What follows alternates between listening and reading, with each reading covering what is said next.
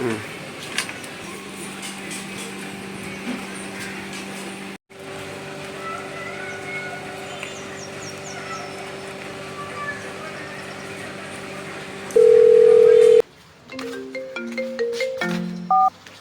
Hello மச்சான், சொல்றா. மச்சான் எங்கடா இருக்க? இங்கதான்டா. டேய் வண்டி வேற நின்றுச்சுடா, பெட்ரோல் வேற இல்ல. இல்லடா, என்னால வர முடியாதுடா. நான் கொஞ்சம் வெளியே இருக்கேன்டா. ஆ சரி மச்சான்.